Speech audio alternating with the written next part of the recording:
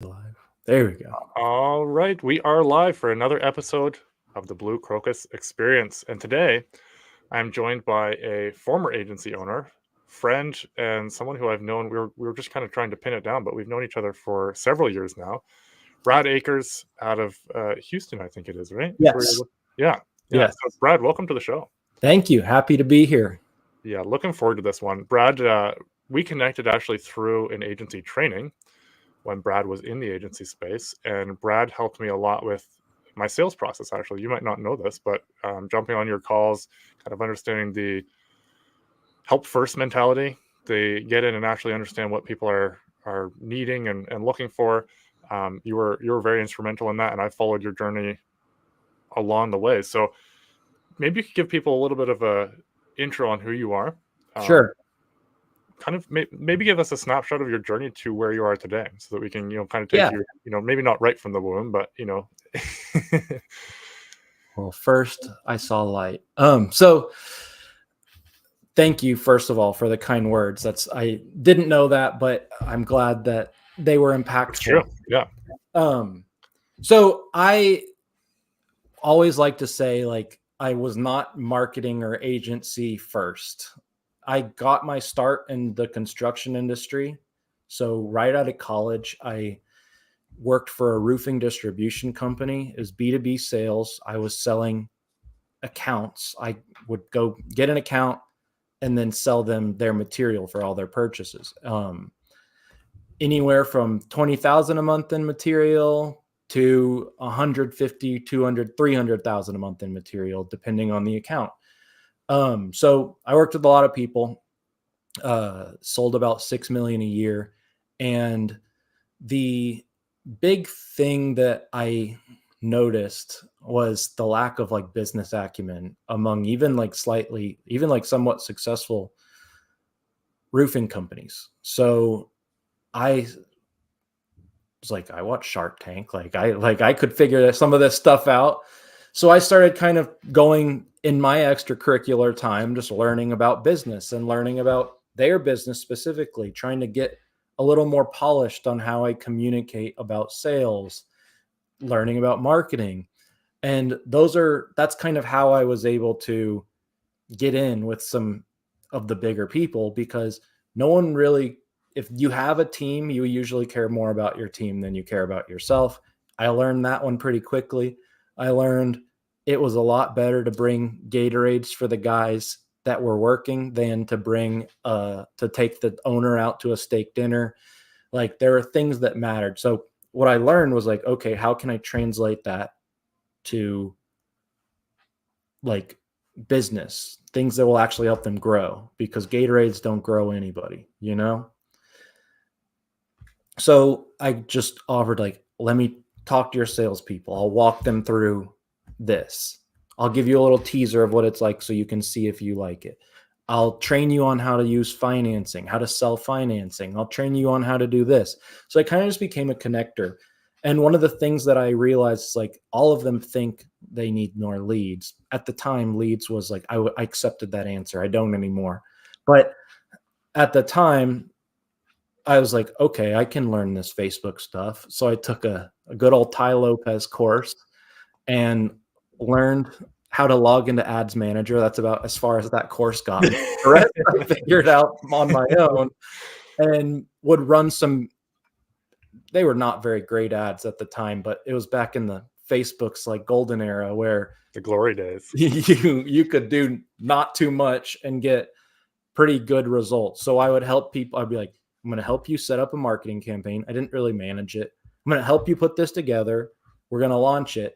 And any appointments that you close that are generated from it, you just need to buy from me. And then I'll show you how great our customer service is, how good we are at communicating. And like, I'm pretty sure that you'll want to. So when you say they were going to buy from you, you're saying you're going to sell them the lead, and basically as their the material. The material. Okay. So it was like a lead funnel for you by helping get them more jobs. Yeah. So I was selling roofing material, roofing packages, and each one was anywhere from like $3,000 to $6,000 usually. Sometimes a little less, sometimes a little more. So, but I was just I got 1.5% commission. So that was my approach. And that was how I was able to get in and kind of get used to it. And as I was learning about business, learning about marketing, and learning about how these roofing companies worked, I was like, I can do this. So I joined my buddy in his roofing company, and as a 50-50 partner. He just like, I'd already helped him. He was like, okay, yeah, you want to come on? Like, I'll give you equity. So I did. And at the same time, I started a little side hustle marketing agency. The marketing agency grew pretty fast. And I just quickly realized, like, okay, this is working. And like when I met you, I owned the roofing company. I don't know if you even knew that. I didn't know that. I'm excited to see where this goes. So I actually just walked away from the roofing company though. Okay. I wasn't making a ton of money from it. Not just like we cracked 7 figures when he hadn't before. Like it went well, but I also just like really was into the marketing once I started seeing like how this stuff could work, and it was a lot easier to get clients than I expected it to be. And then like honestly just like even the community that we were in, like just I kind of got pulled in that. So I was like, if I had to choose, I'm going to choose this. So I did. And then that's really my start into the agency space. Fast forward, I joined on as a franchise of another company and merged my agency. I bought another agency and merged it with my own. So I doubled overnight. I don't suggest it. And then about a year after that, I sold it all to go all in on consulting. And right now we really just help people with, I like to say, like what you should do before you hire a marketing agency. So, or as an alternative, but really like what are the ways that you can build an actual foundation that the business can grow from? A lot of the time I think people are solving for the wrong problems. So I hope that we're solving for the right ones at the right phase. So that's my not so abbreviated. No, that's cool. story. I didn't know about the roofing business, but I also didn't know quite how you got started into marketing, because that's it speaks a lot to your character, of kind of how you approach life. Is how can I help people so they can help me, right? Helping the guys get more leads so that they can buy more materials from you.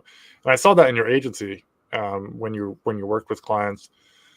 I watched your journey. We weren't as connected as you joined the franchise and then acquired another agency. That must have been a lot of fun, because I saw a little bit of the journey there. Not as fun as I thought it was going to be. There was a few great months.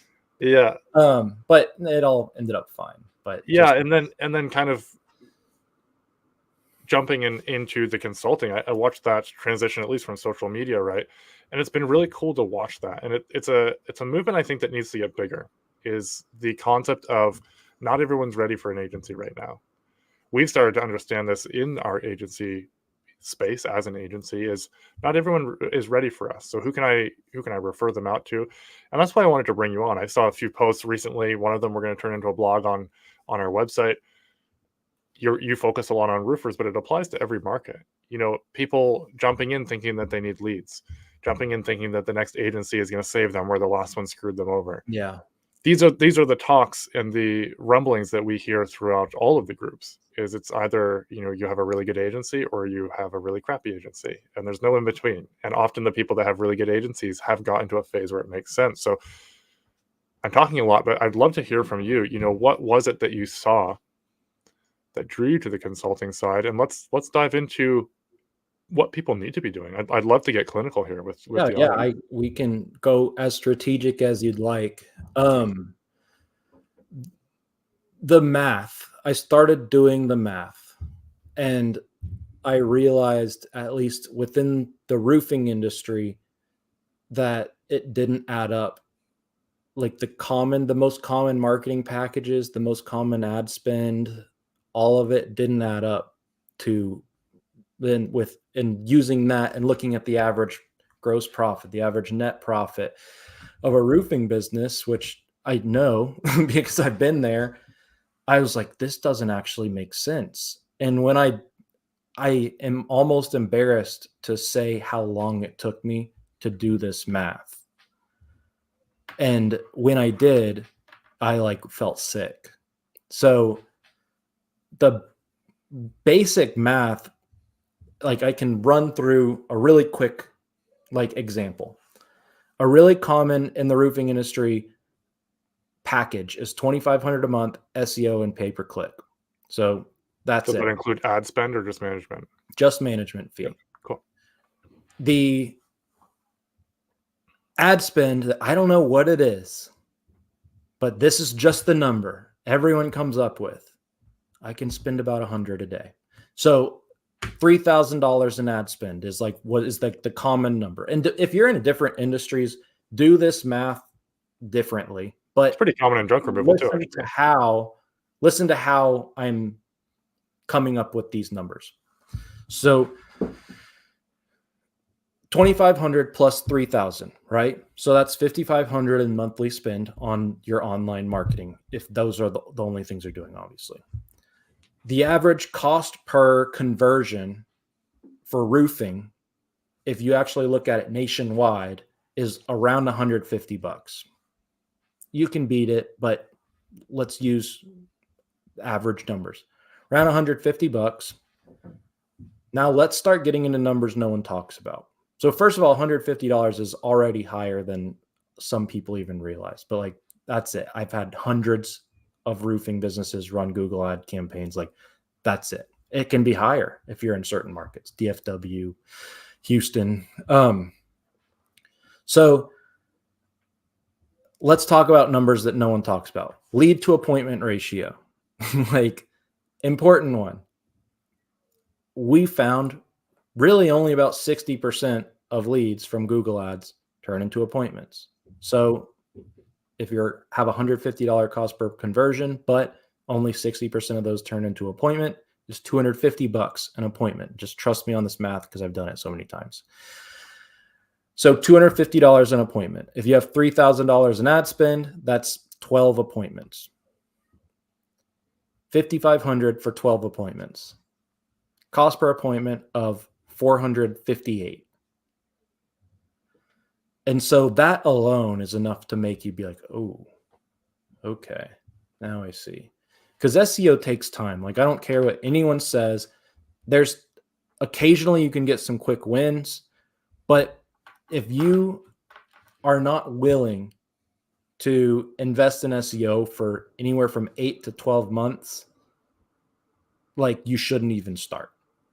It doesn't mean you may not get results before then, but you also may not get results before then. And you need to be okay with that because that's not actually an indication that it's failing.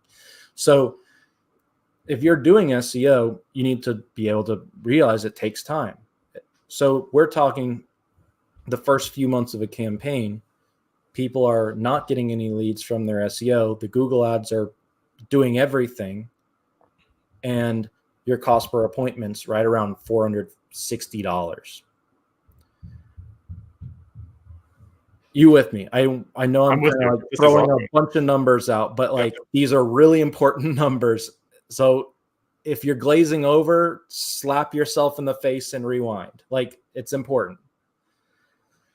So 458. Another thing, you're not going to close these leads at as high of a rate, especially early on. Why? Because they are going to be like just cold leads. And a way to define cold leads, if you really just want to keep it as simple as possible, cold versus warm leads. A cold lead, a cold lead is someone who's looking for maybe your service, but not for you.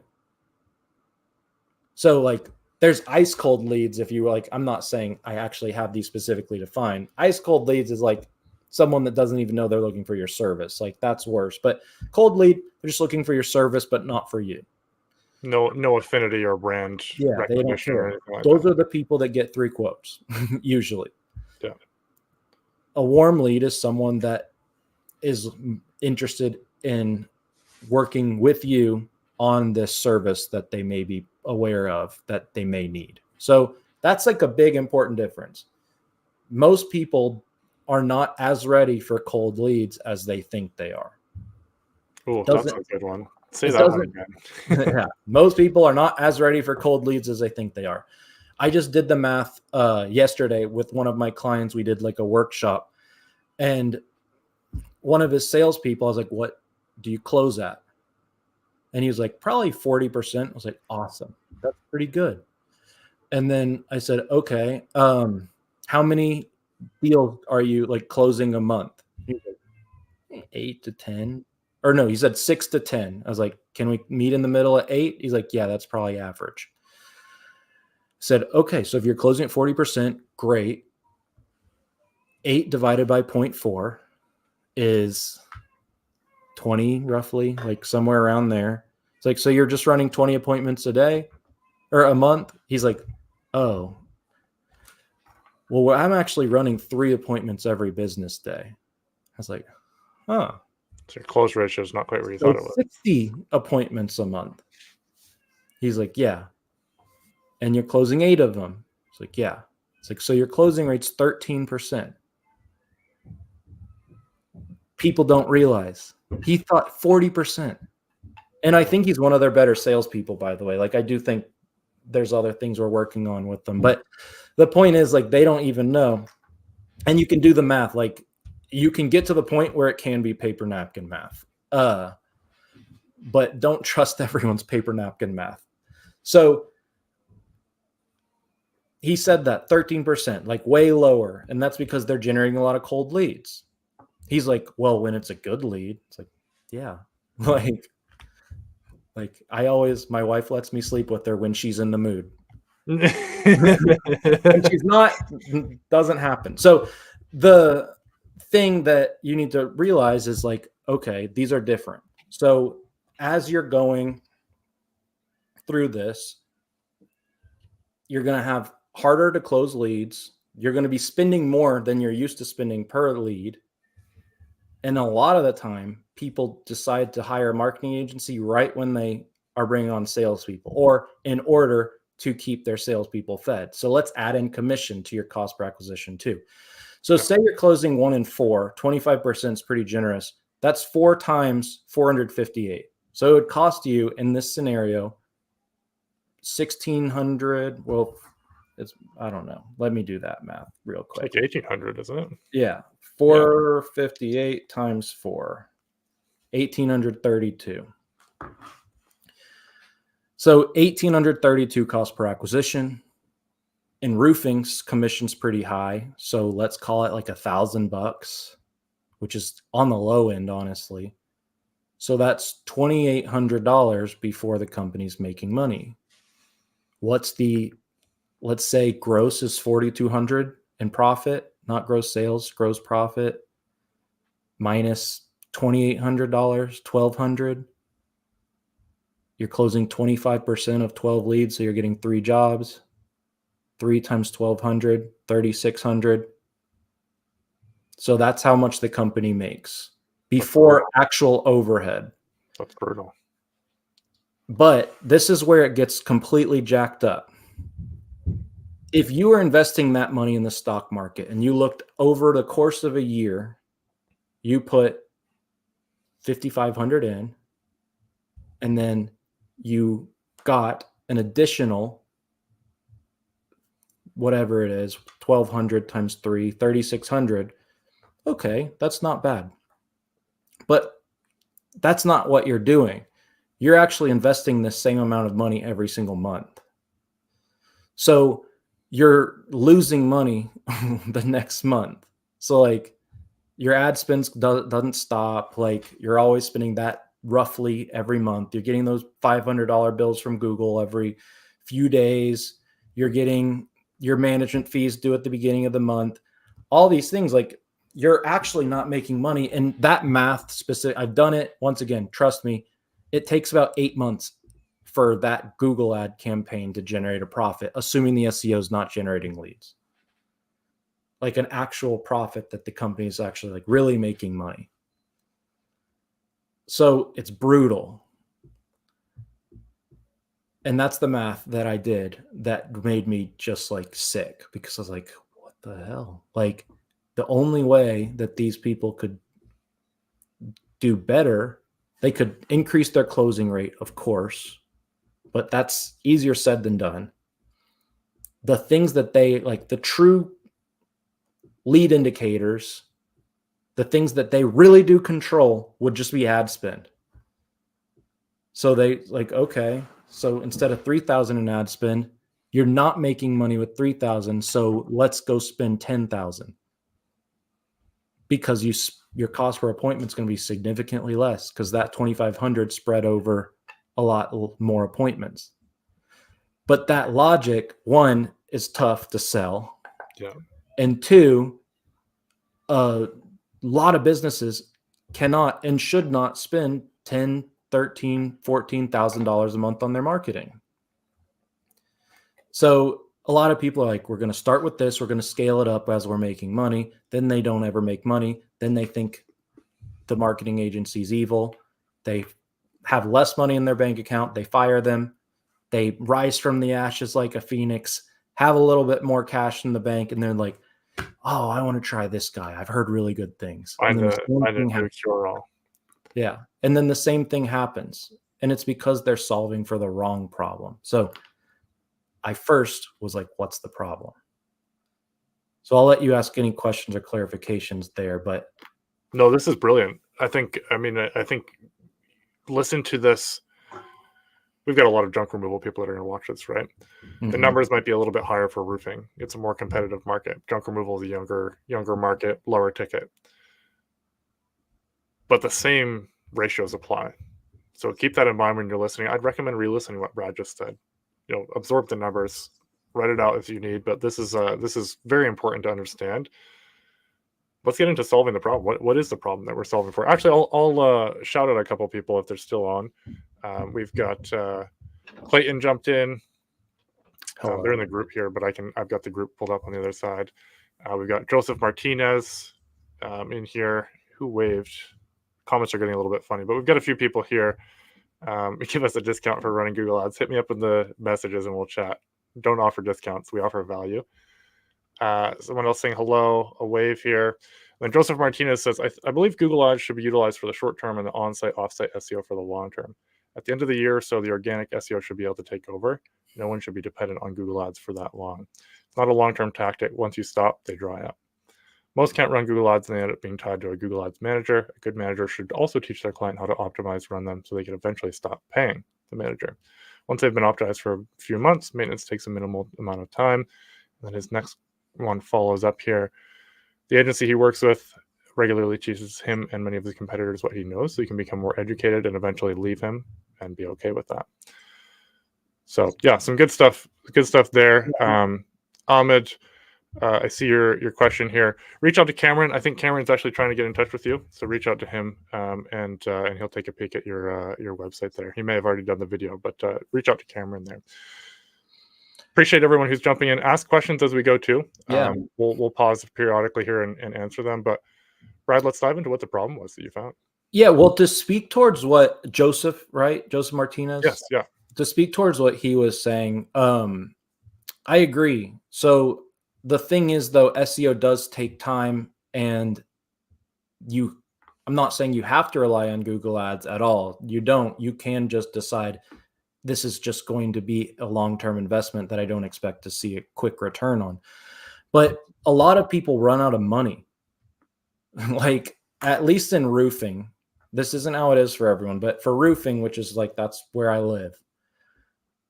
One, you get the appointment. The appointment may be a re-roof. It may be a repair. It's hard to actually like optimize Google Ads to where you're not getting any repairs. Or if you turn the repairs down, then your cost per appointment goes up, which is fine too. But also, once you actually have the appointment, which is maybe a day later, a couple days later, sometimes even same day, then you might enter into the insurance claims process. Maybe that's going to take, if that will average take you a few months before you actually collect all your cash. Even if it's a retail bid, you're probably going to have it scheduled out a little bit, and it will take you a couple weeks to build, and you may get your money right away, you may not. So the point is, like, even as I'm saying, at the end, after all the chips fall, you end up with $3,600 in that example that I gave. You're still actually waiting maybe a couple months before you get that $3,600.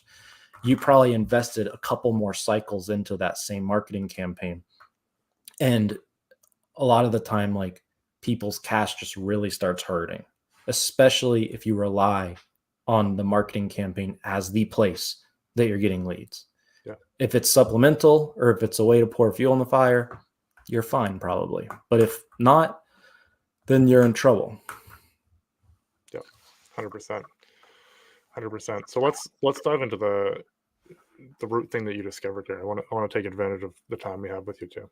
Yeah. So you and I, we came from the marketing world. What have we heard all the time? Whoever can spend the most to acquire a customer wins. Whoever can spend the most profitably to acquire a customer wins, right? Yeah. So a lot of people completely misunderstand that. People are like, oh, so you have to charge more. Oh, so you have to be better at selling. Oh, so you have to operate on thinner margins. Those are like what the base understanding of that could be. But what it really is you have to be able to create your overall cost per acquisition as a company low. As a channel, it can be high as long as it can be spread throughout the company. So the way to do it, in my mind, is turning one opportunity into multiple. So we work with roofing companies, generally where one roof got damaged, then the roof next door got damaged. Generally where one storm hit, the next storm hit. Like, you know that there's a high likelihood that the neighbor also needs help. So we're always looking for ways to create opportunity from opportunity. If you can turn one job into a few more appointments, you're actually like, that is enough to create compounding growth. Even if you get one more job off of it, you just cut your acquisition cost in half. Well, what I'm saying is even the appointments. So like the jobs, yes, but the math is, if you do, say you did 8 projects a month and you close at 30%. So 8, 30%, that would be like 27 appointments.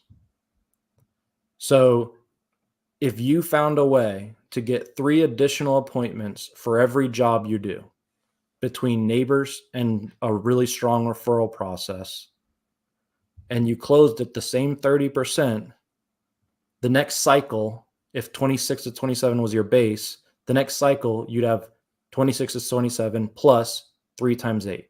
So it'd be about 51 appointments. 30% of 51 is about 15. So you just grew 90% in 1 month because you prioritized the right thing. So the other thing worth noting is you don't have to spend money on ads or marketing to do that either. Like, you could just use whatever your current baseline is. But if you are spending money on marketing, you can very quickly spread that out because it keeps going. That one job can turn into your next 3 appointments. One of those could close. Then you could get 3 additional appointments from there, and so on. And as you go, your cost per acquisition is getting lower and lower and lower and lower. And that allows you to outmaneuver your competition. So if you need to go spend $15,000 a month on ads, you can, because you know how to spread that out, spread that heavier cost per acquisition out in a way to where your overall company cost per acquisition is still more profitable than other people know how to make it, because you just have the right processes in place. You can also spend less and make more. So you can also be like, okay, well, they spend $10,000 a month and I only have to spend $3,000 a month, and I still beat them.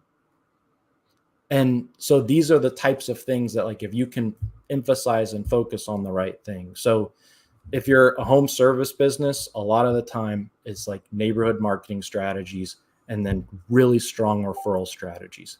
But it doesn't have to be stuck on either of those. The goal and what you as the owner of the company can and should optimize for is creating compounding growth within your business. And that doesn't mean you're only That doesn't mean you're only getting referrals. That means you're looking for all the different ways. Like, how can one job turn into a few? Outside the box ways, like even just promoting a review is an example of something that could compound. I'm not saying that's like, that's not the secret there, but like, what are some secrets? I love this. And I think to recap what you're saying is you can spend a lot on marketing and not necessarily make all your money back on the first round of jobs that you get off of it, but you can take those and then you compound off of those. You're referring from each one, getting more appointments, landing more jobs. And so now you've turned that marketing money into not just the lifetime value of that client, because in junk removal, typically, $5,000 is a pretty average lifetime value, right? mm-hmm. But now you've got other people that you've gotten off of that one. And so now your return is like 3x. Let's just take 3x, right? It's you're making money out of thin air, essentially, making money out of the marketing money that you and you're spent. looking at the gross money in and the gross money out instead of having to obsess about per project. And I'm not saying that you should cut yourself, like you should be profitable on every project. It's a slippery slope not being, but like understanding these things and using like Google Ads if you want, or SEO even, as like an insertion point into new areas, as an insertion point into new relationships, that can be such an incredibly powerful thing for your business. In regards to like some of the secrets, like if we're using roofing as an example, we have what I call the 4 growth engines. Like they're really not that sexy, but they just work really well. A really strong direct mail strategy around appointments and builds, not because you expect the direct mail to get a bunch of calls, but because you want your name in front of them. You're warming up the leads, basically. So every job you do, you've got a direct mail strategy to all the houses around it. Yeah. Like canvassing strategy. So like you want to create leverage in everything you do. So like, I'm not suggesting you just knock doors at all. I'm suggesting that you make people aware that you're already talking to this person. That's it. Like, so having that as like a focus, like trying to create almost like a branding approach, except just branding so heavily in an area where there's a lot of relevance to what you're doing, to where your conversion rate on branding a lot of the time will beat your conversion rate on the direct response stuff. Mm-hmm. So that's kind of the trick. Like the ways of communicating, like just little texts you can send. Like it's as simple as like, hey, I'm on my way to be there at 1 to 2. Like while I'm checking out your project, like, do you think there's a neighbor that, do you think there's a neighbor that might need you? Like we actually have, we'll give you $25 or we'll give you 10% discount if they sign up with us too. They're probably going to say no, but if 1 of 5 say yes, you're a little bit ahead. So, and then like throughout the project, having similar dialogues. If you're going to use social media, which I don't think I like social media, but like make it relevant. Like a picture of first of all the posting all your blog posts on social media and stuff, like maybe it helps your SEO, but consumers don't care. What they would care about is not a before and after, but a before and after where they know, oh, that's down the street. So everyone's like, boosting posts sucks. It's like, no, it doesn't. Like post a before and after, in the caption, in the text, say like, just finished this awesome project in Maple Grove. Really grateful for the Joneses for trusting us with this project. If you need anything, let us know. And then you boost it a mile radius around the project. So you know that the same people who maybe got the canvassing, the same people who got the direct mail, the same people who maybe got a little text now are also seeing you on social media, but also the other people who are seeing you are actually like, it's relevant because they've got that direct connection because they probably walked by the Joneses' house before. Yeah. And or so it pops out in a way recognize the house, like just the neighborhood, like who runs ads to a neighborhood, like that's usually not how people are running ads. People are running ads usually to a suburb, but not the little neighborhood within the suburb. So like you're doing things, you're able to brand in a way to where it's so much more relevant. And that's the trick, is like how many dollars, like this is really the secret. Someone could have $1 million branding budget and they could go after the whole city. You can spend more dollars per head by branding yourself really aggressively around the 20 to 25 nearest people to the project. So where they might have $1 million branding budget to 300,000 people. So let's just say it's $3.33 a person. But you're able to spend $8 a person. And you're more relevant because you're doing work in the neighborhood. And you're more relevant because, well, this neighbor had this issue. Like there's usually at least a degree of overlap on needs among people that live close to each other. Now, junk removal is a little different, but there's still probably something there. So that's like the really big way. Like that's an example of like how to create compounding, how to turn one opportunity into multiple opportunities just throughout your process without really asking for referrals. And then outside of that, referrals, when you're trying to get referrals, don't assume people are just keeping a list for you of people that need your services. Like, of course they're not. No one talks about junk removal at a dinner table. Roofing, no one talks about it. Like, you hire a roofing contractor so you can get back to not thinking about roofing. So how can you maximize and turn referrals into like a truly predictable source? Well, you have to do something to influence the actions that the person is going to take to get your referrals. So how do we know? Like, what do we know? Why do we know SEO works? Like, even if it takes a while, why do we know that that's one of the best situations? Because people are coming to you. People are searching for a service and they're coming to you. Can you create that same type of inbound lead that's a referral? Yes. Like, say, hey, in order to enter our referral program where we'll give you this and this, I need you to post about us on your own Facebook and tag our business page. Once you do that, we'll register you as one of our referral partners and we'll begin tracking any referrals that come from you. We do a really good job at asking who the job came from, just like we did from you. And then they're actually doing activities that generate referrals for you. And it can go further. Post about us on Nextdoor, post about us on this. You can do a few things. Hey, do you want to save $100 on your project? Yes? Okay, awesome. I'm going to give you $25 for each of these things that you do. Post about us on your Facebook page. Post about us in a neighborhood group. Post about us on Nextdoor. Give us a Google review. All things that compound. This is a masterclass, Brad. This is awesome. So those are just, thank you, but those are just like examples of like things that you can begin doing to really emphasize and prioritize turning one opportunity into many, because everyone optimizes for cold leads, and cold leads, I promise you, like your days are not as fun when everything is cold. Like the warm leads are much more fun to talk to. They close at a higher rate. They build your confidence more. You can usually they're almost better in every way. So when you generate cold leads, that needs to be a means to an end.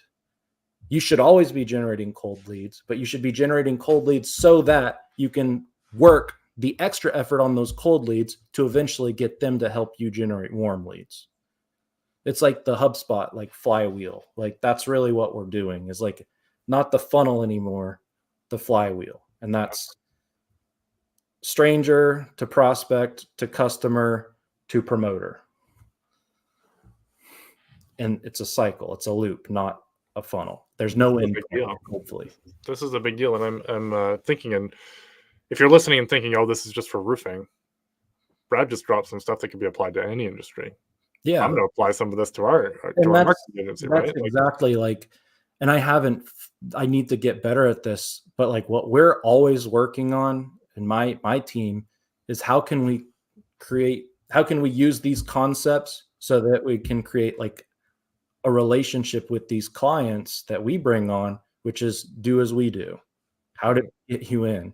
How did we do this? How did we give you so much confidence? How did we make you feel like this was your choice, even though I masterminded the whole thing? Yeah. Like, and walk them through it. Like, remember, well, no, you weren't there. I was going to say, when Franco was like, this is how I just closed you all. Yeah, I caught the pieces of that. But Yeah, yeah, it was wild. For reference, everyone, we had like a consultant that we all worked with. He had an event, and then he closed like 27 of the 29 people in the room on like a $10,000 offer or something. Yeah.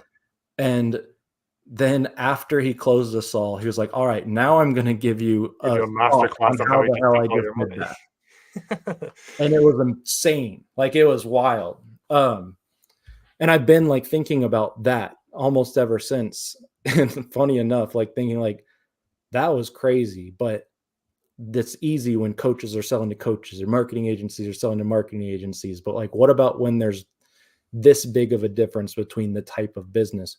But there are truths that we can find and leverage. And a truth that will never stop being a truth is cost per acquisition matters. Should put it on a shirt. And then turning one opportunity into two opportunities and creating like a snowball compounding effect within your business is going to be almost the only way to exponentially grow. And sometimes it happens on accident, but it doesn't have to be on accident.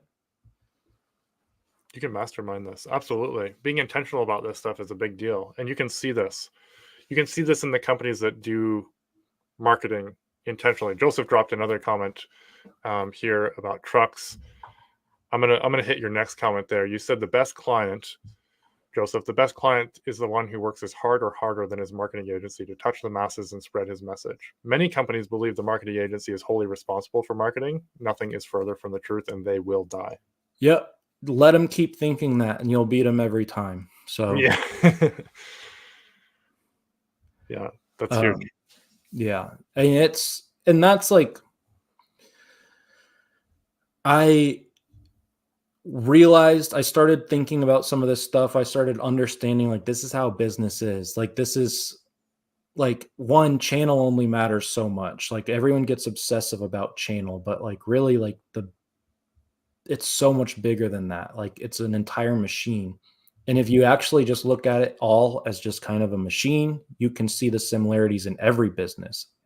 Like, I could probably talk to a junk removal company and Absolutely, you could do almost all the same stuff, but just slightly different tweaks, because I'm not optimizing for direct mail. I don't care about direct mail. I'm optimizing for, let's get you 3 additional appointments per job. That will be compounding growth. Let's do everything we can to create that. And I tell people, like, if that's your focus, if that's all you focus on and you do it right, you're going to grow. Like, you're going to be able to beat a marketing agency. Sorry, Lewis, but you will be able to destroy the results that they give you, but you're going to be able to afford to have them pour fuel on the fire that you already have, because you have your crap together.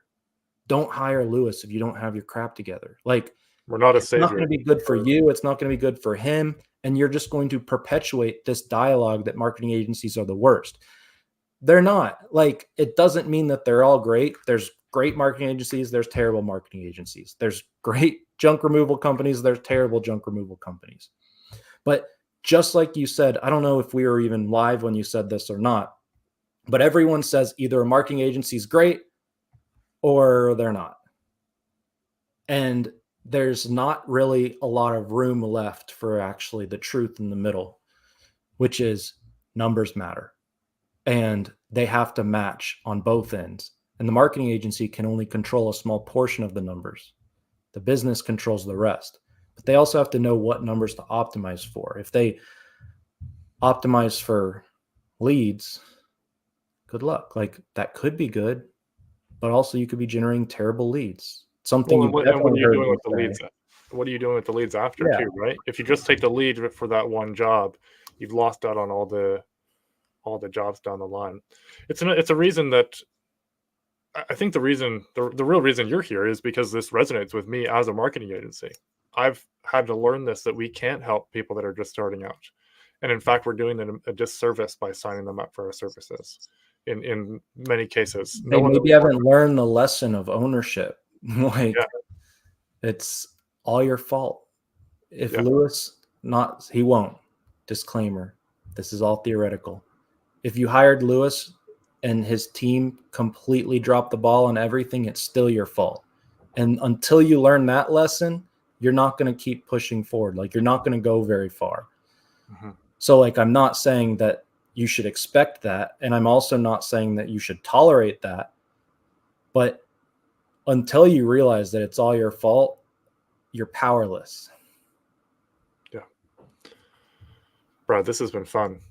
We're definitely gonna have to connect again. I'm glad we connected here. I'm glad we got to catch up a little bit off air, because it's been a while since we had connected more than just through Messenger and watching each other grow the different things we're focusing on. But I want to touch on the thing on your hat. Congratulations. Yeah. Thank you. I got this hat yesterday. Oh man, just my wife got it the for podcast. me. My wife got it for me, and I was like, okay, well, this is going to be my hat. Like, yeah. I always kind of have one hat depending on the season of life, and I was like, well, this is pretty appropriate. So this is the hat. Yeah, no, this is exciting, man. Congratulations again. New baby this summer. So where can people find you? Because I think that people will find value, whether you're in junk removal or roofing or wherever, following you and watching your content. There's a lot of good stuff that you put out on social media. I see you're jumping on more podcasts, so there's going to be more of this info that they can consume in other places. Where can they find you? So just best place is following me on Facebook. Just like friending me, following me, whatever. I think I'm close to my friends that I'm allowed to have, so it'll probably be a follow. I'm going to be starting, because I do love Hermosi. I can't lie. Got a big man crush on him. But part of our marketing strategy that we are going to implement before I even knew about all the other school stuff was building a low ticket paid community. And that's what we're going to kind of be going all in on as our marketing strategy.